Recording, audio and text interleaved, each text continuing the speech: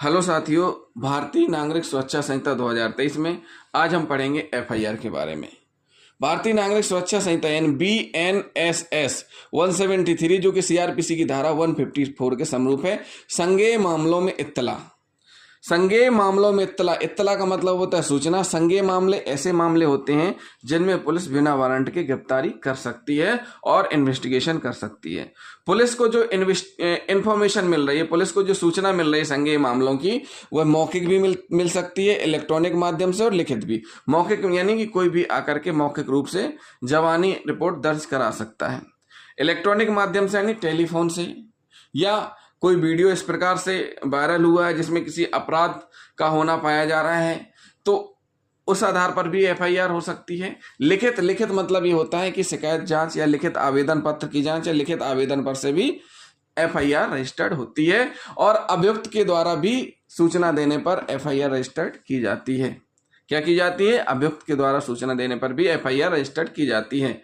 ललिता कुमारी बनाम यूपी राज। ललिता कुमारी बनाम यूपी राज रेट याचिका 68/2008 जिसमें निर्णय हुआ था 12/11/2013 को, जिसमें प्रारंभिक जांच 7 दिन के अंदर पूरी करके एफआईआर रजिस्टर्ड करने के दिशा निर्देश दिए गए थे, जिसमें अपील की गई थी, जिसका CRL MP नंबर है 5029/2014, जिसमें निर्णय 5/3/2014 को हुआ है। पैरा नंबर 111 में संशोधन किया गया है। क्या संशोधन किया गया है वो भी हम आपको इस वीडियो में बताएंगे। तो जिन साथियों ने अभी तक हमारा चैनल सब्सक्राइब नहीं किया, हमारे चैनल को जरूर सब्सक्राइब कर लें और वीडियो को लास्ट तक जरूर देखें। तो संज्ञेय मामले की सूचना जब भी पुलिस को मिलती है, चाहे मौखिक हो, चाहे इलेक्ट्रॉनिक हो या लिखित हो, तत्काल पुलिस का काम है क्या करना? एफआईआर रजिस्टर्ड करना। और जो कोई भी पुलिस को संज्ञेय अपराध की सूचना दे रहा है तो पुलिस की भी जवाबदारी क्या बनती है? एफआईआर रजिस्टर्ड करेंगे। एफआईआर जैसे लिख रहे होंगे, पहले क्या होता था कि पहले ऑफलाइन चलता था, अब आज की डेट में ऑनलाइन सब कुछ होता है। जब से CCTNS आया है, CCTNS, तब से सारी कार्रवाइयां ऑनलाइन होती हैं। तो जैसे ही इंफॉर्मेशन देने वाला, संज्ञेय मामलों की इंफॉर्मेशन देने वाला व्यक्ति थाने पहुंचता है, पुलिस स्टेशन पहुंचता है, तो सबसे पहले क्या किया जाएगा? उसके द्वारा जो भी रिपोर्ट लिखवाई गई है पढ़कर सुनाई जाएगी। और क्या की जाएगी? पढ़कर सुनाई जाएगी उसको। अगर वो पढ़ सकता है तो उसको पढ़ने दी जाएगी कि आप पढ़ लीजिए, जो आप बोल रहे हैं वही लिखा है कि नहीं। उसके बाद जैसे ही कंप्लीट हो जाएगी, तो कंप्लीट होने के बाद, एफआईआर कंप्लीट होने के बाद उसको निःशुल्क एक प्रति प्रदान की जाएगी। साथियों, इसमें कुछ नोट हमने लगा रखे हैं कि महिला संबंधी अपराधों में एफआईआर महिला पुलिस अधिकारी करेंगे। जब भी कोई महिला संबंधी अपराध घटित होगा उसकी एफआईआर कौन करेगा? महिला पुलिस अधिकारी करेगा। और इसमें भी एक कंडीशन है कि अगर महिला संबंधी अपराध की पीड़िता स्थायी या अस्थायी रूप से मानसिक या शारीरिक रूप से निःशक्त है, तो रिपोर्ट पीड़िता के निवास स्थान या सुविधा के अनुसार जहां पर पीड़िता उपस्थित हो सकती है वहां पर जाकर के एफआईआर रजिस्टर्ड की जाएगी। और जब भी बयान होंगे या एफआईआर रजिस्टर्ड जो कार्रवाई की जा रही है उसकी वीडियोग्राफी की जाएगी। उसके बाद 183 CRPC में 164 में था, अब BNSS में 183 में बढ़ने थे। न्यायालय में कथन करवाए जाएंगे पीड़िता के, और एफआईआर रजिस्टर्ड होने के बाद एफआईआर की प्रतिलिपि निःशुल्क दी जाएगी। किसको दी जाएगी? शिकायतकर्ता को।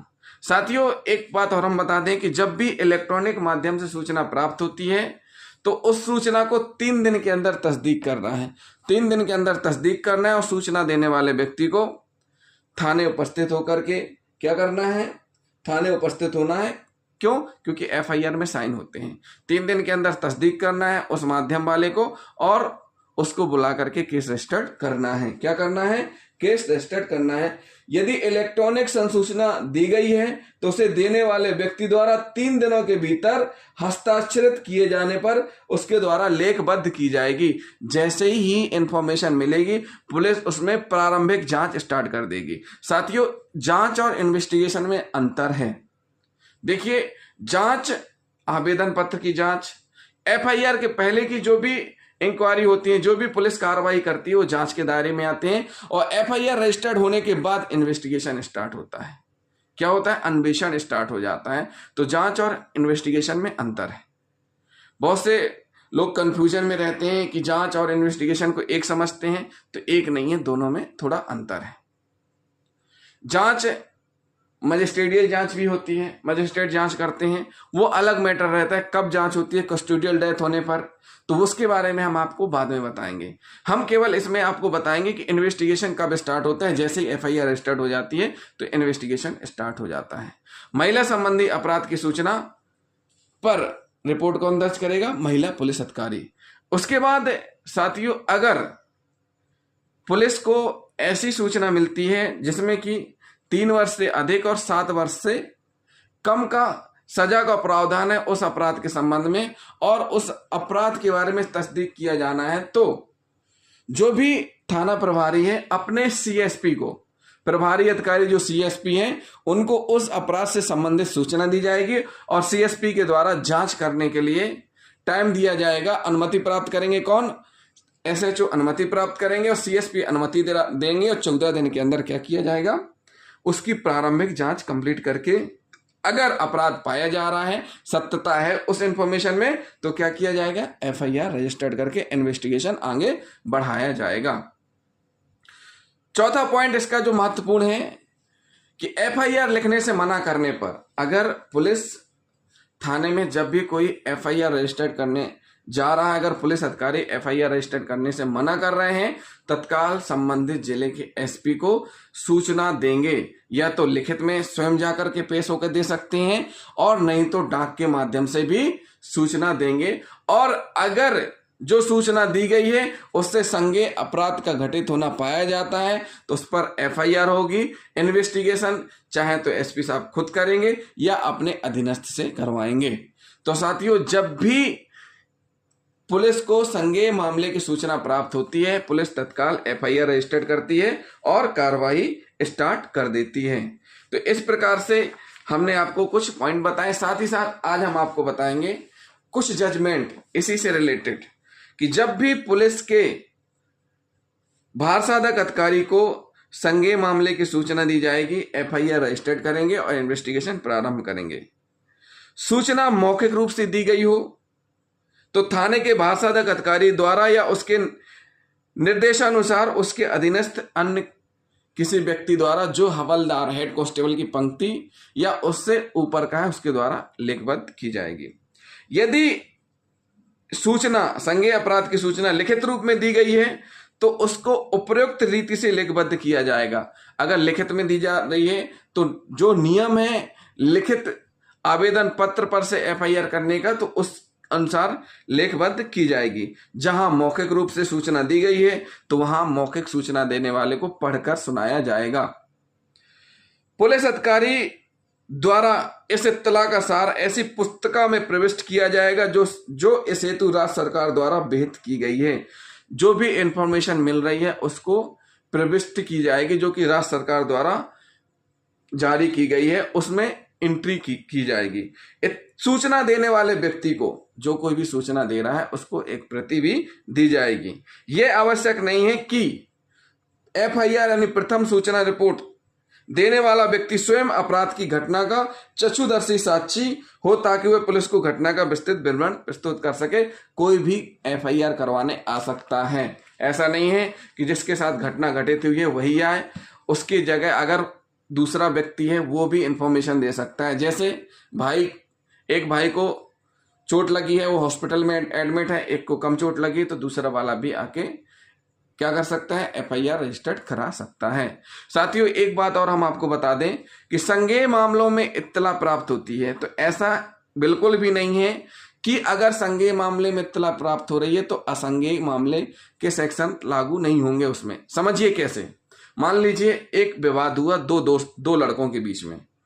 दो लड़कों के बीच में विवाद हुआ किसी बात को लेकर के, और पहले एक लड़के ने दूसरे लड़के को माँ बहन की गंदी गंदी गालियां दे दी। उसके बाद जब उसने, जिसको गालियां दी गई थी, उसने गालियां देने से मना किया, तो उसने 1-2 थप्पड़ मार दिए और बोला कि आज तो छोड़ रहा हूं, फिर जान से खत्म कर दूंगा। तो इस कंडीशन में आप देखेंगे कि गालियां देना माँ बहन की संज्ञेय अपराध है, लेकिन एक चांटा मारना चूंकि साधारण मारपीट है जो कि असंज्ञेय है, लेकिन चूंकि इस पूरे घटनाक्रम में घटनाक्रम एक ही है, उस घटनाक्रम में एक संज्ञेय अपराध भी हुआ है, क्या, मां बहन की गालियां देना। तो उस स्थिति में, और लास्ट में क्या कर रहा है, जान से मारने की धमकी भी दे रहे हैं। तो इस स्थिति में देखा जाए, जब आईपीसी थी तो साधारण मारपीट 323 और गाली गलौज 294, धमकी देना 506। लेकिन अब बीएनएस है तो बीएनएस में 323 की जगह आईपीसी में क्या यूज होगा, 115 सब क्लॉज 2, और गालियां देने में 296, जान से मारने की धमकी देने में 351 सब क्लॉज 2। तो साथियों, जब भी किसी घटनाक्रम में जहां भले ही असंज्ञेय अपराध हुआ हो, तो उस घटनाक्रम की 2 रिपोर्टें या 2 प्रकार से कार्रवाइयां नहीं होंगी, एक कार्रवाई होगी। अगर उसमें संज्ञेय अपराध शामिल है तो असंज्ञेय अपराध की धाराएं भी उसमें समाहित हो जाएंगी। उस पूरे घटनाक्रम में माना जाएगा कि गालियां दी गई, मारपीट की गई और जान से मारने की धमकी दी गई। तो चूंकि एफआईआर रजिस्टर्ड होगी, अगर मान के चलिए केवल इतना बस होता कि मारपीट बस हुई है, एक चपचाटा बस मार दिया बस और भाग गया, तो उस स्थिति में एफआईआर रजिस्टर्ड नहीं होती, उसमें एनसीआर असंज्ञेय मामले की कार्रवाई होती। क्या होती, दूसरी कार्रवाई होती, उसमें एफआईआर नहीं होती।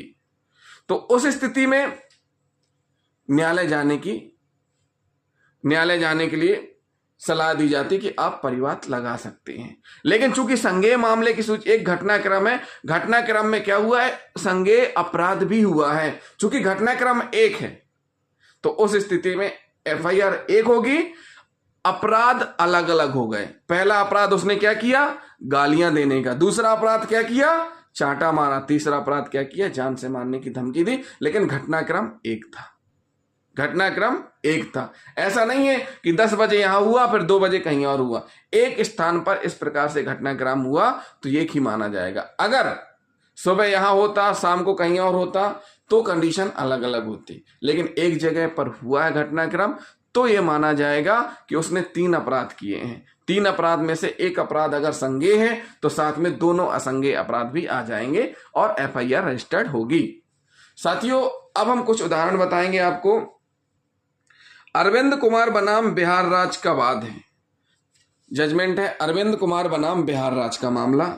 क्या कह रहा है ये, अरविंद कुमार बनाम बिहार राज्य के वाद में न्यायालय ने प्रथम इत्तला रिपोर्ट यानी एफआईआर के साक्ष्यिक मूल पर प्रकाश डालते हुए यह अभिमत प्रकट किया कि एफआईआर स्वयं मौलिक साक्ष्य के भाग के रूप में ग्राह्य नहीं होती है।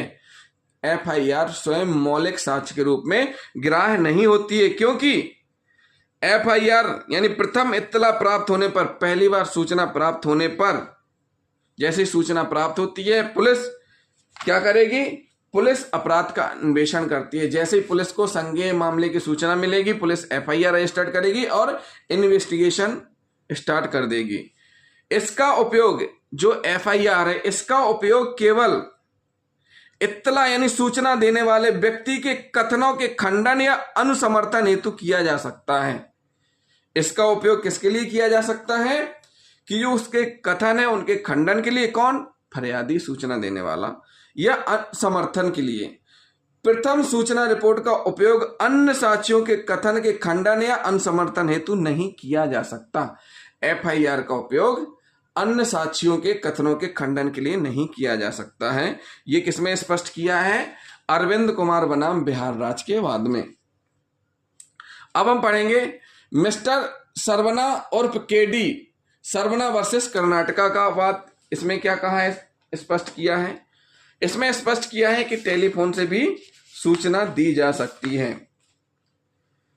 इसमें प्रतिपादित किया गया है मिस्टर सरवना उर्फ KD Saravana versus state of Karnataka 2013 371 SC Jyoti journal April 2013 part 2 page number 84 में प्रतिपादित किया गया है कि सुस्थापित सिद्धांत है कि एफआईआर किसी भी व्यक्ति के द्वारा दर्ज कराई जा सकती है। इस जजमेंट में स्पष्ट किया गया है कि एफआईआर किसी भी व्यक्ति के द्वारा दर्ज कराई जा सकती है। टेलीफोन के द्वारा भी दर्ज कराई जा सकती है। एफआईआर टेलीफोन के यानी इलेक्ट्रॉनिक माध्यम से भी दर्ज कराई जा सकती है। यह आवश्यक नहीं है कि प्रथम सूचना रिपोर्ट केवल चश्मदीद साक्षी के द्वारा ही दर्ज कराई जा सकती है। यह आवश्यक नहीं है कि एफआईआर जो जिसने घटना अपनी आंखों से देखी है उसी के द्वारा ही दर्ज कराई जा सकती है। एफआईआर किसी भी व्यक्ति के द्वारा दर्ज कराई जा सकती है। क्या की जा सकती है? किसी भी व्यक्ति के द्वारा दर्ज कराई जा सकती है। अगला जजमेंट हम पढ़ेंगे। बाबाजी उर्फ ब्रज कुमार मोहंती बनाम उड़ीसा राज्य में क्या कहा है? बाबाजी उर्फ ब्रज कुमार मोहंती बनाम उड़ीसा राज्य के बाद में उड़ीसा उच्च न्यायालय द्वारा यह निर्णय दिया गया है कि यदि पुलिस थाने के भारसाधक अधिकारी ने डॉक्टरी रिपोर्ट प्राप्त करने के बाद रिपोर्ट लिखी है तो वह रिपोर्ट प्रथम सूचना रिपोर्ट के अधीन नहीं आएगी। देखिए साथियों, बहुत से लोग गलतियां करते हैं। क्या करते हैं कि जैसे ही कंप्लेनर आता है तो अगर साधारण चोट है तो आप पहले उसकी एफआईआर लिखें। अगर खूनालूदा चोट है, उसको खून निकल रहा है, तो पहले उसको हॉस्पिटल पहुंचाएं, उसका इलाज करवाएं, एमएलसी करवाएं। तो बाबाजी और ब्रज कुमार मोहंती बनाम उड़ीसा राज्य में स्पष्ट किया है कि पुलिस थाने के भारसाधक अधिकारी ने डॉक्टरी रिपोर्ट प्राप्त करने के बाद रिपोर्ट लिखी तो वह रिपोर्ट प्रथम सूचना रिपोर्ट के अधीन नहीं आएगी। क्या नहीं आएगी? प्रथम सूचना रिपोर्ट के अधीन नहीं आएगी। जहां रोगियों के मध्य आपस में मारपीट हुई, मामला है रोगियों के मध्य आपस में मारपीट हुई जिसकी सूचना पुलिस थाने के भारसाधक अधिकारी को टेलीफोन पर दी गई हो। अब देखिए पहली स्थिति क्या है? पहली स्थिति कह रही है बाबाजी और ब्रज कुमार में कि एमएलसी पहले करा दी गई, एमएलसी पहले करा दी गई, एफआईआर बाद में। तो स्पष्ट किया गया है कि एफआईआर के अधीन एमएलसी नहीं आएगी, एफआईआर के अधीन एमएलसी नहीं आएगी। और यहां कह रहे हैं कि रोगियों में मारपीट हो रही है और पुलिस थाने के भारसाधक अधिकारी को टेलीफोन पर सूचना दी गई है। ऐसी दशा में घटना के संदर्भ में इस प्रकार टेलीफोन से दी गई सूचना को प्रथम सूचना रिपोर्ट के रूप में ग्राह्य नहीं किया गया। यह जजमेंट है रमेश बनाम मध्य प्रदेश राज्य। क्या है? रमेश बनाम मध्य प्रदेश राज्य। लेकिन अब जो BNSS है, इलेक्ट्रॉनिक माध्यम से सूचना प्राप्त होने पर उसको तस्दीक करना है और जिसने सूचना दी है उसको 3 दिन के अंदर एफआईआर में साइन करने थाने आना होगा। अन्वेषण की दृष्टि से प्रथम सूचना रिपोर्ट का महत्व है। इन्वेस्टिगेशन की दृष्टि से प्रथम सूचना रिपोर्ट का बहुत महत्वपूर्ण है, क्योंकि संज्ञेय अपराध की दशा में उक्त दायर रिपोर्ट के आधार पर ही पुलिस थाने का भारसाधक अधिकारी मामले में अन्वेषण का कार्य प्रारंभ करता है। संज्ञेय मामले की सूचना पर जैसे ही एफआईआर रजिस्टर्ड होती है तो पुलिस क्या करता है? पुलिस अधिकारी, थाने का भारसाधक अधिकारी इन्वेस्टिगेशन स्टार्ट करता है। प्रथम सूचना रिपोर्ट असंदिग्ध तथा स्पष्ट होना आवश्यक है। प्रथम सूचना रिपोर्ट संदिग्ध नहीं होनी चाहिए और स्पष्ट होनी चाहिए। परंतु जहां प्रथम सूचना रिपोर्ट में घटना में प्रयुक्त की गई टॉर्च का उल्लेख न किया गया हो तो उसे अभियोजन की कहानी अविश्वसनीय नहीं हो जाती है। कोई बात अगर छूट गई है एफआईआर में, जैसे टॉर्च का उल्लेख नहीं है, तो इसका मतलब ये नहीं है कि अभियोजन की कहानी अविश्वसनीय हो गई। कार्तिक मल बनाम असम राज्य के मामले में ऐसा निर्णय हुआ है।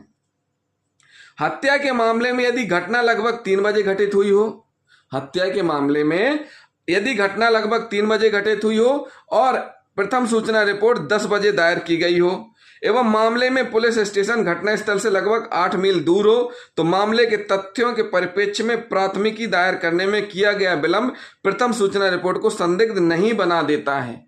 साथियों, विलंब का कारण कहते हैं कि अगर विलंब से एफआईआर रजिस्टर्ड हुई है तो इसका मतलब ये नहीं है कि प्रथम सूचना रिपोर्ट संदिग्ध हो गई। उसका रीजन इसलिए क्योंकि घटना 3 बजे घटित हुई रात को 3 बजे और एफआईआर सवेरे 10 बजे हो रही। विलंब जो 7 घंटे का हुआ है, 8 मील की दूरी थी, इस विलंब से एफआईआर संदिग्ध नहीं हो जाती है। जजमेंट का नाम है देवेंद्र सिंह बनाम उत्तर प्रदेश राज्य। यदि प्रथम सूचना रिपोर्ट दायर करने में अल्पकालिक विलंब किया गया हो तो इसे प्रथम सूचना रिपोर्ट की प्रामाणिकता प्रभावित नहीं होती। अगर थोड़ा मोड़ा अल्पकालिक विलंब यानी थोड़ा समय विलंब हुआ है तो उससे भी एफआईआर की प्रामाणिकता प्रभावित नहीं होती है। यह जजमेंट किसमें दिया गया है? यह अजमेर सिंह बनाम पंजाब राज्य में। अगला हम बताएंगे, जहां दायर की गई इत्तला में 2 साक्षियों का तथ्य देने में लोप किया गया हो तो इसका विशेष महत्व नहीं होता, क्योंकि हो सकता है कि इत्तला देने वाले ने उन्हें घटनास्थल पर ना देखा हो। साथियों देखिए, पुलिस को जिसने सूचना दी है, जहां दायर की गई इत्तला में 2 साक्षियों का तथ्य देने में लोप किया गया हो, मतलब यह कि जिसने सूचना दी है वहां 2 व्यक्ति और थे जिन्होंने घटना देखी, लेकिन जिसने सूचना दी है अब हो सकता है उसने ना देखा हो उनका, तो इसका मतलब ये नहीं है, क्या नहीं है, इत्तला देने, क्योंकि हो सकता है उसने वहां ना देखा हो। ये किसमें बोला गया है? ये बोला गया है अशोक कुमार बनाम दिल्ली प्रशासन में, कि जहां विचारण के समय घटना के संदर्भ में कोई ऐसी बात उभर कर सामने आती है जिसका उल्लेख प्रथम सूचना रिपोर्ट में नहीं किया गया है, किंतु अभियुक्त की भूमिका का सविस्तार उल्लेख है, तो इससे रिपोर्ट संदिग्ध नहीं हो जाती। कुछ ऐसी चीजें हैं, घटना के संदर्भ में कोई ऐसी बात है जो एफआईआर में नहीं आई है, लेकिन अभियुक्त की जो भूमिका है उसका उल्लेख किया गया है। उत्तर प्रदेश राज्य बनाम रघुवर सिंह के मामले में ऐसा निर्णय दिया गया, तो इससे एफआईआर संदिग्ध नहीं हो जाती है। अगला हम पढ़ेंगे जिंदर अली शेख बनाम, अगला हम पढ़ेंगे जिंदर अली शेख बनाम पश्चिम बंगाल राज्य के बाद में बलात्कार की पीड़िता द्वारा पुलिस थाने में प्रथम इत्तला रिपोर्ट हेतु निवेदन किए जाने पर पुलिस थाने के बाहर साधक अधिकारी ने मामला दर्ज करने से इनकार कर दिया। साथियों बहुत महत्वपूर्ण निर्णय है। जिंदर अली शेख बनाम पश्चिम बंगाल के राज्य में बलात्कार से पीड़ित जो पीड़िता है पुलिस थाने गई और पुलिस थाने में एफआईआर दर्ज कराने के लिए उसने निवेदन किया और पुलिस थाने के बाहर साधक अधिकारी ने मामला दर्ज करने से इनकार कर दिया और पीड़िता को परामर्श दिया कि वह अभियुक्त के साथ आपसी तरीके से मामला निपटा ले। ये पुलिस का काम नहीं है कि अभियुक्त इस प्रकार की सलाह दे कि अभियुक्त के साथ आपसी तरीके से निपटा ले। इस पर पीड़िता ने व्यथित होकर 156(3) के अंतर्गत मजिस्ट्रेट के पास गुहार लगाई। जब मजिस्ट्रेट द्वारा निर्देश किए जाने पर पीड़िता को एफआईआर रजिस्टर्ड की गई। अब उसके बाद क्या हुआ कि पीड़िता की जब पुलिस ने नहीं सुनी तो पीड़िता ने कोर्ट में जाकर 156(3) के तहत परिवाद लगा दिया कि उसकी एफआईआर रजिस्टर्ड नहीं हो रही, उसके खिलाफ ये घटना घटित हुई है। फिर उसके बाद एफआईआर रजिस्टर्ड की गई। इस कारण पीड़िता के प्रकरण में चिकित्सीय साक्ष्य जुटाने में 6 माह का विलंब हुआ। चूंकि चिकित्सीय साक्ष्य जुटाने में 6 माह का विलंब हो गए, रीजन ये क्योंकि एफआईआर कैसे हुई? कोर्ट से आदेश पर। न्यायालय ने क्या माना कि पुलिस की लापरवाही के कारण इस प्रकरण में मूल्यवान साक्ष्य नष्ट हो गया, जिसके लिए दोषी पुलिस अधिकारी को जितनी निंदा की जाए वह कम है। इस मामले में पुलिस की लापरवाही से ऐसा हुआ, जिस कारण न्यायालय ने कहा कि पुलिस की लापरवाही है। क्या है? पुलिस की लापरवाही है।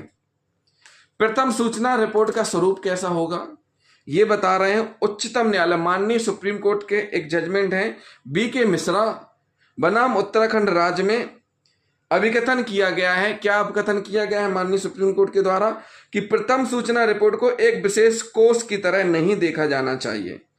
क्या नहीं देना चाहिए?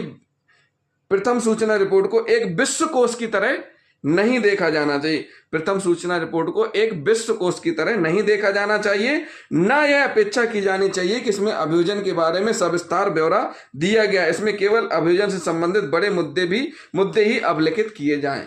मतलब क्या स्पष्ट है कि भाई शॉर्ट में जो मेन बात है वो लिखी जाए। जरूरी नहीं है कि इसको विश्व कोष की तरह पूरा डिटेल लिखा जाए, हर चीज लिखी जाए। एफआईआर का मतलब क्या है? एफआईआर का मतलब है कि जो मेन फैक्ट है, मेन मुद्दे हैं, उनको अभिलिखित किए जाएं।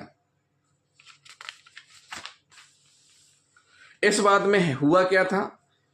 दहेज हत्या से संबंधित था यह जो वाद है, जो मामला है। माननीय सुप्रीम कोर्ट के द्वारा जो निर्णय दिया बीके मिश्रा बनाम उत्तराखंड राज्य में कि दहेज हत्या से संबंधित बात था, जिसमें मृतका के पति को आईपीसी की धारा 304B 498A के अंतर्गत अभियोजित किया गया। मृतका जो है नवविवाहिता, उसकी डेथ हो गई और उसके पति को अभियोजित किया गया धारा 304B और 498A के अंतर्गत। मृतका के पिता ने घटना के बाद कुछ घंटों के बाद पुलिस थाने में एफआईआर दर्ज कराई थी, जिसमें बताया गया था कि विवाह के केवल 1.5 माह बाद ही उसकी पुत्री की अप्राकृतिक अवस्था में मृत्यु हुई थी। मृतका के पिता के द्वारा थाने में रिपोर्ट दर्ज कराई गई कि विवाह के 1.5 माह बाद ही उसकी पुत्री की डेथ हुई, अप्राकृतिक अवस्था में, नेचुरल डेथ नहीं है।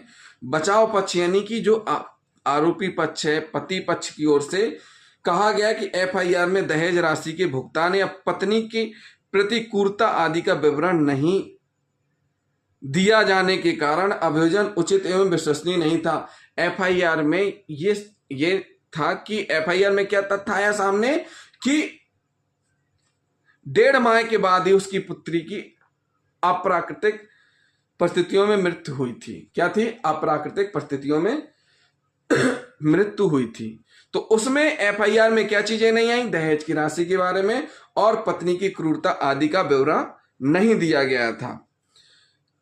ऐसा न दिए जाने के कारण अभियोजन उचित एवं विश्वसनीय नहीं था। किसने बोला? अभियुक्त के वकील की तरफ, अभियुक्त की ओर से उनके अधिवक्ता के द्वारा बचाव रखा गया, जिस संबंध में माननीय न्यायालय ने कहा, बचाव पक्ष की इस दलील को खारिज कर दिया और विनिश्चित किया कि एफआईआर में घटना का विस्तृत ब्यौरा दिया जाना आवश्यक नहीं है, और निश्चित किया कि एफआईआर में जरूरी नहीं है कि घटना का पूरा डिटेल दिया जाए। अतः केवल विस्तृत विवरण के अभाव मात्र के कारण एफआईआर अविश्वसनीय नहीं हो जाती है। अगर विस्तृत विवरण नहीं है तो उसके अभाव में एफआईआर अविश्वसनीय नहीं हो जाती है, जब तक यह साबित ना किया जाए कि उसमें हेराफेरी या जालसाजी की गई है। जब तक यह साबित ना हो जाए कि उसमें हेराफेरी या जालसाजी की गई है। तो हमने आपको स्पष्ट कर दिया कि प्रथम सूचना रिपोर्ट एफआईआर जरूरी नहीं कि एक विश्वकोश हो, वो जो मेन तथ्य वो होने चाहिए। फिर हम आपको बताएंगे प्रथम सूचना रिपोर्ट दर्ज कराने में विलंब का प्रभाव। जजमेंट है रमेश चंद्र नंदलाल पारिक बनाम गुजरात राज्य के बाद में विनिश्चित किया। क्या विनिश्चित किया माननीय न्यायालय ने, सुप्रीम कोर्ट ने? अभियुक्त के विरुद्ध प्रथम सूचना रिपोर्ट के आधार पर कोई आपराधिक कार्रवाई चल रही हो तथा अपराधी द्वारा उसी प्रकार का अपराध पुनः अनियंत किया जाता है जिसकी प्रथम सूचना रिपोर्ट पृथक से लिखाई गई हो, तो ऐसी स्थिति में पश्चातवर्ती रिपोर्ट इस आधार पर रद्द नहीं हो जाती, क्योंकि वैसा ही अपराध पूर्व में दायर एफआईआर में दर्ज होने के कारण दोबारा एफआईआर नहीं लिखाई जा सकती। साथियों, इसमें स्पष्ट हुआ है कि एक अभियुक्त है, उसके द्वारा एक प्रकार का अपराध किया गया जैसे चोरी का, फिर उसके द्वारा फिर वैसे ही कर दिया गया। तो इसका मतलब ये नहीं है कि अगर उसने क्या किया है वही अपराध फिर से रिपीट कर दिया है तो ये नहीं कहा जाएगा कि दायर की गई एफआईआर में दर्ज होने के कारण जो पहले जिस प्रकार का अपराध हुआ है वैसे ही दोबारा दर्ज की गई है, तो उसको ये नहीं कहा जाएगा कि दोबारा नहीं लिखाई जा सकती, दोबारा लिखाई जा सकती अगर उसने ऐसा किया है। तो साथियों, इस बात में रमेश चंद्र नंदलाल पारिक बनाम गुजरात राज्य में मामला क्या है, मामले पे हम थोड़ा शॉर्ट में नजर डालेंगे। याचिकाकर्ता को ऑपरेटिव बैंक का अध्यक्ष था, यानी अभियुक्त याचिकाकर्ता अध्यक्ष था, जिसके विरुद्ध बैंक ने अवैध कृत्यों में लिप्त होने का परिवाद दायर किया। बैंक के द्वारा एक परिवाद दायर किया गया कि अवैध रूप से कृत्यों में लिप्त हैं, जिसका अन्वेषण सीबीआई द्वारा किया जा रहा था। बैंक ने उसके विरुद्ध फिर से एक अन्य दुष्कृत एवं अवांछित कार्यों के लिए नई शिकायत दर्ज कराई। एक शिकायत पहले बैंक ने दर्ज करा दी, उसके बाद सीबीआई उसकी इन्वेस्टिगेशन कर ही रही थी कि दूसरी फिर शिकायत दर्ज करा दी गई, तो उसमें भी दूसरा इन्वेस्टिगेशन प्रारंभ हो गया। अभियुक्त ने इस दूसरे अन्वेषण की वैधता को इस आधार पर चुनौती दी कि उसके विरुद्ध वैसी ही अन्वेषण कार्रवाई प्रथम परिवाद के संज्ञान के कारण चल रही है। जो अभियुक्त है उसने सेकेंड वाली जो इन्वेस्टिगेशन उसको चैलेंज किया कि वैसे ही पहले चल रही, तो अब ये नहीं की जानी चाहिए। क्या नहीं की जानी चाहिए? ये इन्वेस्टिगेशन दूसरा वाला नहीं होना चाहिए। लेकिन माननीय सुप्रीम कोर्ट ने उसकी दलील को नामंजूर कर दी और कहा कि दोनों परिवाद बैंक की अलग अलग शाखाओं से अलग अलग व्यक्तियों द्वारा दायर किए जाने के कारण एक दूसरे से स्वतंत्र एवं भिन्न थे तथा एक ही संव्यवहार से उद्भूत नहीं होने के कारण दोनों के लिए पृथक पृथक अन्वेषण किया जाना न्यायोचित था। माननीय सुप्रीम कोर्ट ने कहा कि चूंकि अलग अलग एक बैंक की अलग अलग शाखाओं से इस दोनों शिकायतें हैं और दोनों के तथ्य किस प्रकार से हैं कि भिन्न है, ऐसी स्थिति में उसकी दलील कैंसिल कर दी और सही इन्वेस्टिगेशन माना गया कि दो अलग अलग दोनों इन्वेस्टिगेशन चलेंगे। तो साथियों, ये एक उदाहरण हुआ। अगला हम आपको फिर से एक उदाहरण बताएंगे। अभियुक्त द्वारा दायर रिपोर्ट के बारे में थोड़ा चर्चा कर लेते हैं। अभियुक्त किन परिस्थितियों में रिपोर्ट दायर करते हैं? किसी मामले में यदि अपराध की घटना के बारे में इत्तला स्वयं अभियुक्त ने दी हो, किसी गंभीर संज्ञेय मामले की या कोई भी संज्ञेय मामला है जिसकी सूचना जो अपराधी है, जो अभियुक्त है, जिसने अपराध किया है, उसने ही आकर के पुलिस को सूचना दी हो, तो उस दशा में सूचना यानी इत्तला का उपयोग ना तो उसके कथनों के खंडन के लिए और ना अनुसमर्थन के लिए प्रयुक्त किया जा सकता है। ना तो उसके कथन के खंडन के लिए प्रयोग होगा और ना ही उसके समर्थन के लिए प्रयोग किया जा सकता है, क्योंकि अभियुक्त को अभियोजन का साक्षी नहीं बनाया जा सकता। क्यों? क्योंकि अभियुक्त को अभियोजन का साक्षी नहीं बनाया जा सकता। मतलब क्या हुआ कि उसके कथनों के खंडन के लिए, जो वो कथन दे रहा है उसके खंडन के लिए उसका प्रयोग नहीं किया जा सकता है। क्यों? क्योंकि उसको साक्षी नहीं बनाया जा सकता है। जहां दी गई इत्तला स्वीकृति प्रकृति की है, उसका प्रयोग इत्तलाकार के विरुद्ध नहीं किया जा सकेगा, क्योंकि ऐसा भारतीय साक्ष्य अधिनियम में स्पष्ट किया गया है। साथियों, जहां पर संस्वीकृति की प्रकृति है, जहां पर अपराध मेमोरेंडम संस्वीकृति की प्रकृति का है, वहां पर क्या होगा?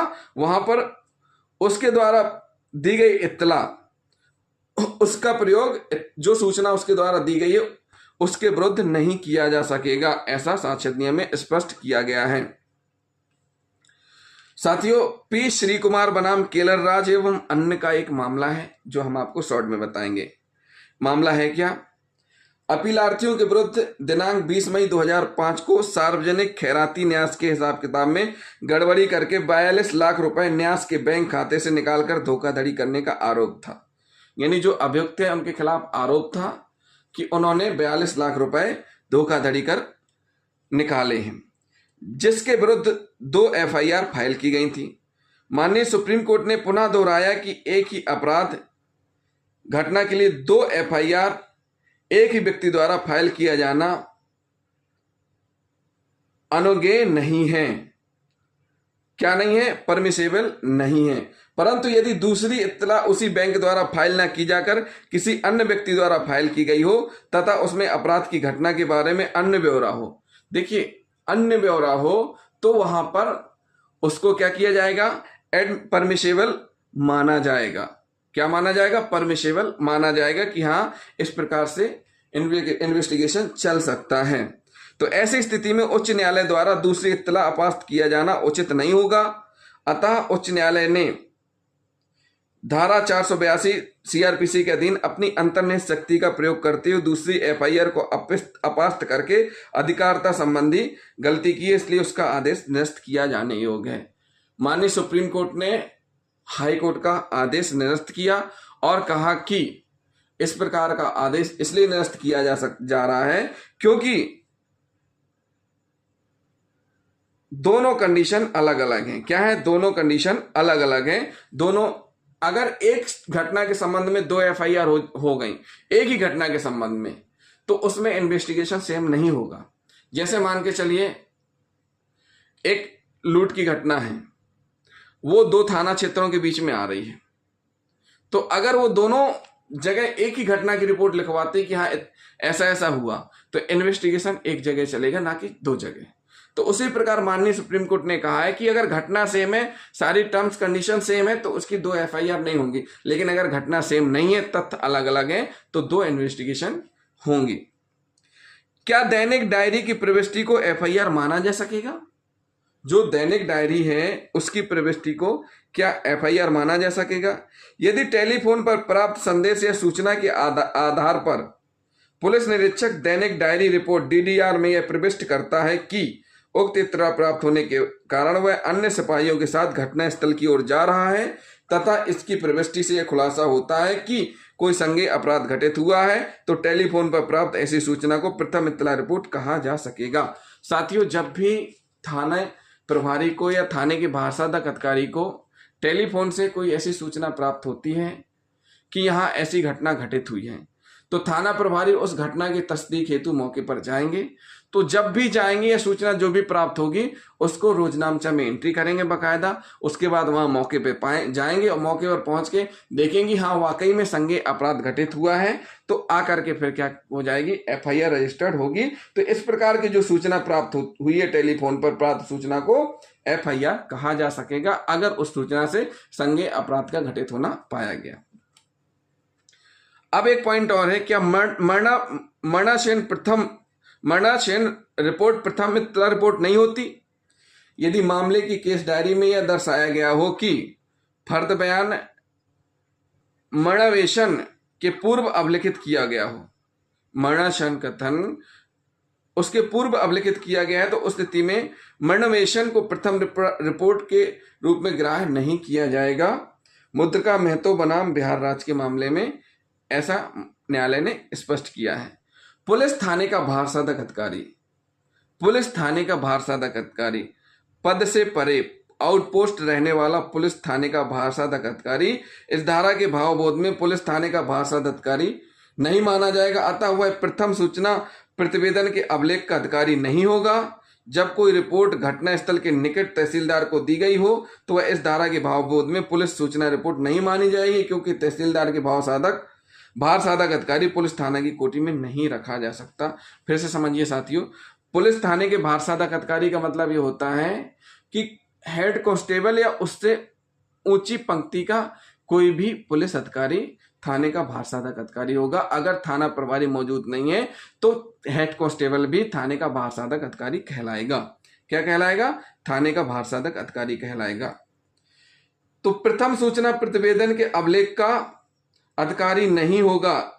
देखिए, आउटपोस्ट पर रहने वाला पुलिस थाने का भार साधक अधिकारी, आउटपोस्ट छोटी छोटी पोस्ट बनी रहती हैं, चौकी टाइप की रहती है। अगर उनमें कोई भार साधक अधिकारी रह रहा है और उसको सूचना का प्रतिवेदन मिल रहा है, वह प्रथम सूचना प्रतिवेदन के अभिलेख का अधिकारी नहीं होगा।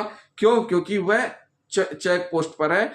थाने में आकर के उसको रिपोर्ट दर्ज करानी पड़ेगी जो संबंधित थाना है, और वहां के थाना प्रभारी एफआईआर रजिस्टर्ड करेंगे। यह निर्णय मंगल सिंह बनाम राजस्थान राज्य के बाद में हुआ है। जब कोई रिपोर्ट घटना स्थल के निकट के तहसीलदार को दी गई हो, मान के चलिए घटना स्थल की सूचना थाने में न दी जाकर के निकटतम तहसीलदार को दी गई हो, तो इत्तला का अभिलेखन यानी सूचना का अभिलेखन ऐसी स्थिति में क्या होगा, ये हम आपको बताएंगे। जब कोई रिपोर्ट घटना स्थल के निकट तहसीलदार को दी गई हो तो वह इस धारा के भावबोध में पुलिस सूचना रिपोर्ट नहीं मानी जाएगी। क्योंकि क्या नहीं मानी जाएगी? वह एफआईआर नहीं मानी जाएगी, क्योंकि तहसीलदार को भार साधक अधिकारी की कोटि में नहीं रखा जा सकता है। क्या नहीं रखा जा सकता है? भार साधक की कोटि में नहीं रखा जा सकता है। प्रथम सूचना रिपोर्ट का अभिलेखन, एक सब इंस्पेक्टर उपनिरीक्षक प्रथम सूचना रिपोर्ट के अभिलेखन तथा उसके अनुसरण में अन्वेषण करने के लिए सक्षम प्राधिकारी माना गया है। एक एसआई को क्या माना गया है? सक्षम प्राधिकारी माना गया है। रामकरण दुसाद बनाम बिहार राज्य के मामले में ऐसा माननीय न्यायालय ने स्पष्ट किया है। सैनी बनाम तमिलनाडु राज्य के बाद में उच्चतम न्यायालय ने निर्णय दिया कि यदि पुलिस थाने का भार साधक अधिकारी स्वयं द्वारा प्राप्त की गई सूचना से संतुष्ट नहीं है तो वह घटना स्थल पर जाकर स्वयं ऐसे व्यक्तियों से पूछताछ कर सकता है जो रिपोर्ट की पुष्टि करने की स्थिति में है, किंतु वह किसी भी स्थिति में घटना स्थल पर अपने साथ प्राथमिकी पुस्तक को ले जाने के लिए अधिकृत नहीं है। पहले क्या होता था कि हाथ का रोज नामचा चलता था और हाथ से एफआईआर लिखी जाती थी। तो माननीय न्यायालय ने स्पष्ट किया है कि जब भी थाने के भार साधक अधिकारी को कोई सूचना प्राप्त होती है, वह उस सूचना से संतुष्ट नहीं है और मौके में वह तस्दीक करने जाता है तो अपने साथ एफआईआर की बुक लेकर के नहीं जाएगा। उसको साथ में ले जाने की कोई अधिकारिता नहीं है। जाएगा, तस्दीक करेगा, तस्दीक उपरांत आकर के फिर एफआईआर रजिस्टर्ड करेगा। ये स्पष्ट किया गया है। टेलीफोन पर की गई बातचीत के आधार पर किसी व्यक्ति के विरुद्ध प्रथम इत्तला रिपोर्ट दर्ज कराई जा सकती है। टेलीफोन पर की गई बातचीत के आधार पर किसी व्यक्ति के विरुद्ध क्या प्रथम इत्तला रिपोर्ट दर्ज कराई जा सकती है? इस धारा में दर्शाया गया है कि किसी सूचना को प्रथम सूचना रिपोर्ट माने जाने के लिए आवश्यक है कि वह सूचना देने वाला व्यक्ति जो भी सूचना दे रहा है उसके द्वारा हस्ताक्षरित हो और जो सूचना दी गई है वो संज्ञेय अपराध की सूचना हो। इस दृष्टि से टेलीफोन पर दी गई सूचना हस्ताक्षरित होने वाली शर्त पूरा नहीं करती, परंतु इसे केवल एक औपचारिकता मात्र मानते हुए दूरभाष से पुलिस अधिकारी को दी गई सूचना इत्तला को प्रथम सूचना रिपोर्ट माना गया है। ननहुआ राम बनाम मध्य प्रदेश राज्य के मामले में सुनील कुमार बनाम मध्य प्रदेश के राज्य में ऐसा निर्णय हुआ है, जिसमें स्पष्ट किया गया है कि अगर टेलीफोन से सूचना दी गई है, अभी BNSS में प्रावधान हो गया है कि टेलीफोन से सूचना देने पर 3 दिन के अंदर उसका तस्दीक करना है और जो सूचना दे रहा है उसको आकर के साइन करना है FIR में। साथियों, ये कुछ उदाहरण हमने आपको बताए हैं कि किस प्रकार से कैसे क्या कार्रवाइयां होती हैं। अब हम आपको बताएंगे जो सबसे मेन पॉइंट है जो हम आपको बताना चाह रहे हैं, ललिता कुमारी वाला। क्या बताएंगे हम आपको? ललिता कुमारी वाला मैटर, जिसमें स्पष्ट किया गया था कि किस प्रकार से पहले कार्रवाइयां करना है, फिर किस प्रकार से संशोधन हुआ है। ये सारी की सारी कंडीशन हम आपको इसमें बताएंगे कि ललिता कुमारी जो निर्णय हुआ है उसका क्या मतलब है। माननीय सर्वोच्च न्यायालय के न्यायाधीशांत ललिता कुमारी बनाम उत्तर प्रदेश सरकार एवं अन्य 2014 CCSC 1589 SC में प्रथम सूचना रिपोर्ट के संबंध में प्रतिपादित सिद्धांत हैं जो माननीय न्यायालय के द्वारा दिए गए हैं, निम्नानुसार है। हम आपको एक एक करके बता रहे हैं। FIR का पंजीकरण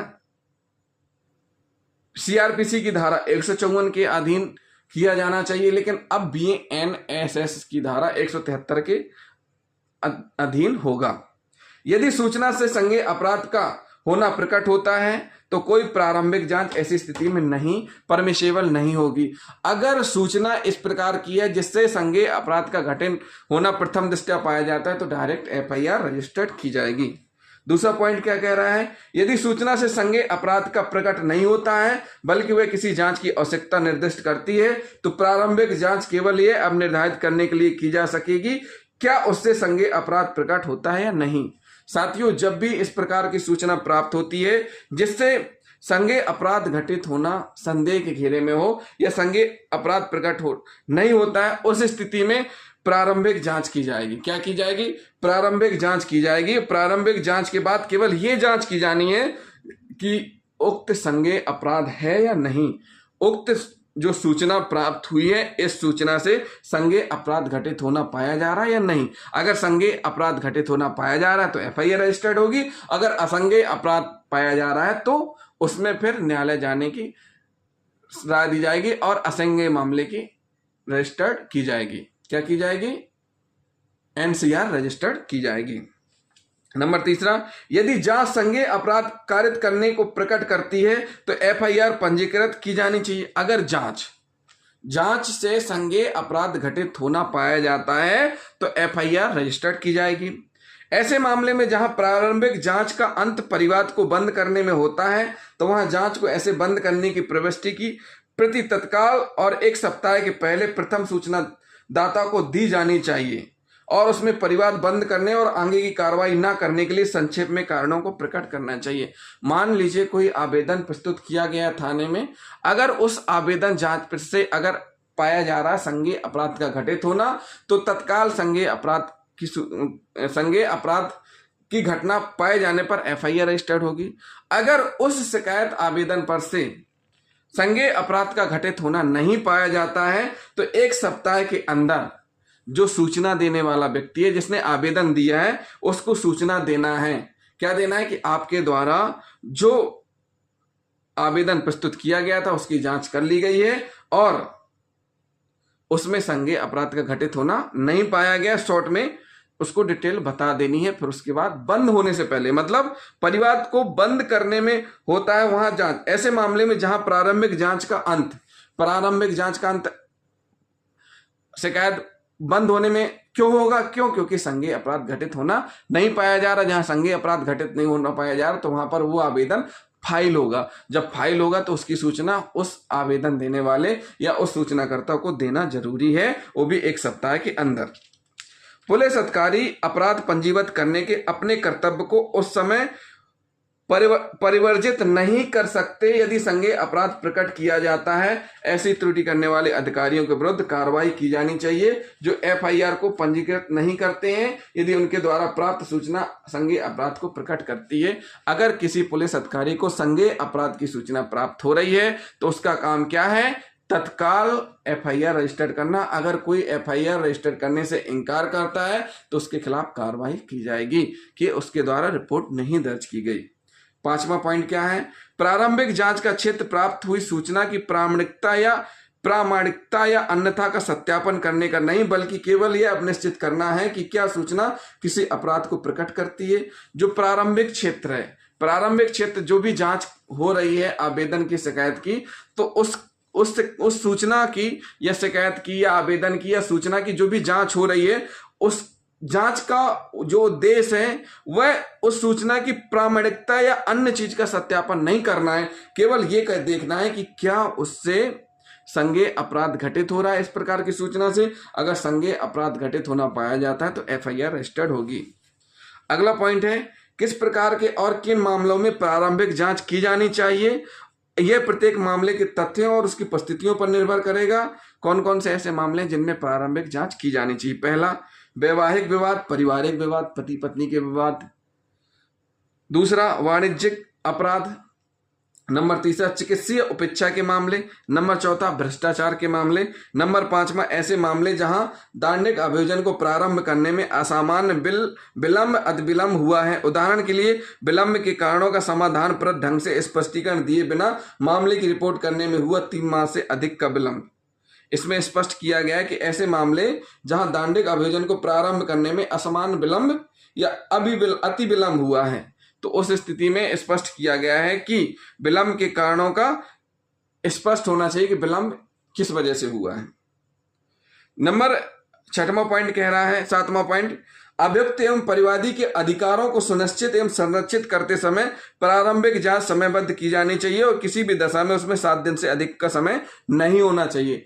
जो भी जांच की जा रही है, ऊपर वर्णित अपराधों से संबंधित अपराध, ऊपर जो वर्णित हैं मामलों से संबंधित प्रारंभिक जांच की जा रही है, तो वह 7 दिन के अंदर कंप्लीट होनी चाहिए। क्या होनी चाहिए? 7 दिन से अधिक का समय नहीं होना चाहिए। ऐसे विलंब का तथ्य और उसके कारणों को जनरल डायरी में प्रविष्ट परिलक्षित होना चाहिए और विलंब को उसमें रोजनामचा में एंट्री करना है, लेकिन 7 दिन के अंदर क्या करना है? जांच करना है। तो इस जो ललिता कुमारी बनाम यूपी राज्य का मामला, इसमें अपील हुई है। अपील कब हुई है? अपील का जो नंबर है देखिए, CRL MP नंबर 5029/2014 और निर्णय हुआ 5/3/2014 को। तो जो निर्णय दिया गया है माननीय न्यायालय ने क्या कहा है कि अभियुक्त एवं परिवादी के अधिकारों को सुनिश्चित एवं संरक्षित करते समय, अभियुक्त और परिवादी मतलब दोनों के राइट हैं, जो शिकायतकर्ता और जिसके खिलाफ शिकायत हुई है दोनों के राइट हैं। प्रारंभिक जांच समयबद्ध की जानी चाहिए, तो दोनों के अधिकार को देखते हुए प्रारंभिक जांच समय से की जानी चाहिए। किसी भी दशा में सामान्यतः उसमें 15 दिन से अधिक का समय नहीं होना चाहिए। तो जो संशोधन हुआ है, पहले 7 दिन का था, अब क्या हुआ है? 15 दिन से अधिक का समय नहीं होना चाहिए। अपवादिक परिस्थितियों में पर्याप्त कारण देते हुए, कुछ परिस्थितियां ऐसी हैं जिनमें कारण लेट का पर्याप्त होना चाहिए, उनमें 6 सप्ताह का समय उपलब्ध कराया जाता है। कितना? 6 सप्ताह का समय उपलब्ध कराया जाता है। ऐसे विलंब का तथ्य और उसके कारणों को जनरल डायरी में प्रविष्टि में परिलक्षित होना चाहिए। अगर विलंब से एफआईआर हो रही है 6 सप्ताह के, तो उन सभी की एंट्री किसमें होगी? जनरल डायरी यानी रोजनामचे में एंट्री होगी। अगला पॉइंट, चूंकि जनरल डायरी थाने की डायरी, दैनिक डायरी थाने में प्राप्त सभी सूचनाओं का अभिलेख है, इसलिए माननीय न्यायालय ने यह कहा है कि संज्ञेय अपराधों से संबंधित सभी सूचनाएं, चाहे उनका परिणाम एफआईआर को पंजीकृत करने में या जांच को अग्रसर करने में, अज्ञापक ढंग से और सावधानी पूर्वक उक्त डायरी में परिलक्षित होनी चाहिए। प्रारंभिक जांच करने का विनिश्चय भी उसमें परिलक्षित होना चाहिए, जैसा कि ऊपर वर्णित है। जो भी प्रारंभिक जांच की जा रही है उसकी जो जनरल डायरी, थाने की डायरी, दैनिक डायरी में एंट्री होगी और साथ ही साथ ये भी स्पष्ट किया गया है कि समय सीमा में होगी। तो साथियों, ये हमने आपको बताया संज्ञेय मामलों से संबंधित सूचना के बारे में कि किस प्रकार से कार्रवाई होती है। एक और उदाहरण हम बता देते हैं कि थाने में आप सूचना देने जा रहे हैं जीरो की एफआईआर के बारे में। जीरो की एफआईआर का मतलब ये होता है कि एक जिले में हैं आप, दूसरे जिले में आप नहीं पहुंच पा रहे हैं, तो आप जिस जिले में है वहीं भी वहां पर आप एफआईआर दर्ज करा सकते हैं, क्योंकि घटना दूसरे जिले की है, लेकिन एफआईआर आप जिस जिले में वहां करवा सकते हैं। बहुत से ऐसे केस हैं, जैसे मान के चलिए महिला संबंधी पति पत्नी के विवाद, दहेज प्रताड़ना से संबंधित, महिलाएं अपने मायके वाले जिले में केस रजिस्टर्ड करा देती हैं, चूंकि घटना पति के घर में होती है, पति का घर दूसरे जिले में होता है। तो जैसे ही केस रजिस्टर्ड होता है तो जो एफआईआर होती है, तो संबंधित जो भी कार्रवाई करता है जीरो पे, तो उस पुलिस अधिकारी को उस जीरो की एफआईआर में कुछ भी इन्वेस्टिगेशन करने का अधिकार नहीं होता है, ना ही किसी की गिरफ्तारी कर सकता है। उसका काम है कि जीरो की एफआईआर संबंधित घटना स्थल, जहां जो घटना स्थल है वहां पर भेजना है और वहां की पुलिस उसमें कार्रवाई करेगी। तो जीरो का मतलब ये हुआ कि घटना स्थल जिस थाना क्षेत्र में रिपोर्ट दर्ज कराई जा रही है उस थाना क्षेत्र का ना हो करके दूसरे थाना क्षेत्र का है, तो ऐसी स्थिति में भी जीरो की कायमी होती है। एक और स्थिति होती है जीरो की कायमी।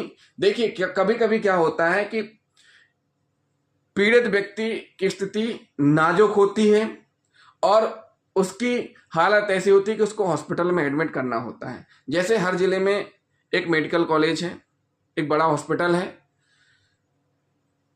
पुलिस को इन्फॉर्मेशन मिलती है कि इस प्रकार से ऐसा अपराध हुआ है, तो पुलिस अधिकारी मौके पर पहुंच करके भी जीरो पर अपराध रजिस्टर्ड कर सकता है और जब थाने आएगा तो उसको असल नंबर पर शामिल कर लेगा।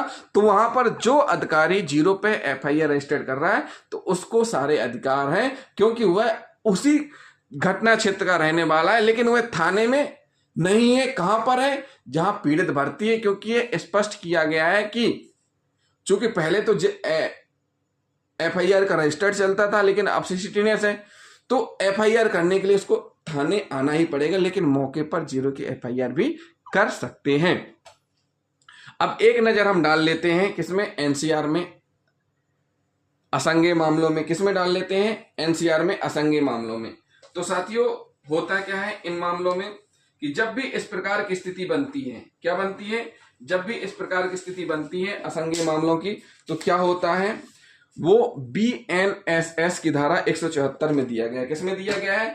बीएनएसएस की धारा 174 में दिए गए हैं। जब पुलिस थाने के बाहर साधक अधिकारी को उसके थानाओं की सीमाओं के अंदर किसी असंज्ञेय अपराध के किए जाने की सूचना दी जाती है, तो ऐसी सूचना का सार निर्धारित प्रारूप में रखी जाने वाली पुस्तक में करेगा और सूचना देने वाले मजिस्ट्रेट के पास जाने हेतु निर्देशित किया जाएगा सूचना देने वाले को। यदि पुलिस थाने का बाहर साधक अधिकारी का यह मत हो, पुलिस थाने के बाहर साधक अधिकारी का यह मत हो कि असंज्ञेय अपराध ऐसी परिस्थिति का है जिसमें पुलिस द्वारा अन्वेषण किया जाना न्यायहित में आवश्यक है, तो वह मामले का विचारण करने की अधिकारता रखने वाले मजिस्ट्रेट की अनुमति से अन्वेषण कर सकते हैं। किंतु ऐसे मामले में वह वारंट के बिना गिरफ्तार करने की शक्ति के अतिरिक्त संज्ञेय मामलों के अनुसंधान में प्राप्त समस्त शक्तियों का प्रयोग कर सकेंगे।